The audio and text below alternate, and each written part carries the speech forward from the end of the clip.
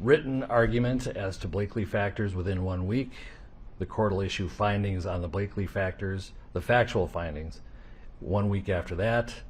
We'll order a PSI immediately, returnable in 4 weeks. And we will also have a briefing on, after you get the PSI, 6 weeks from now, and then 8 weeks from now we will have sentencing. We'll get you the exact dates in a scheduling order. Is there a motion on behalf of the state? Your Honor, the state would move to have the court revoke the defendant's bail and remand him into custody pending sentencing.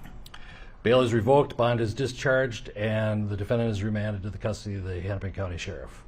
Anything further? Oh, All right. Thank you.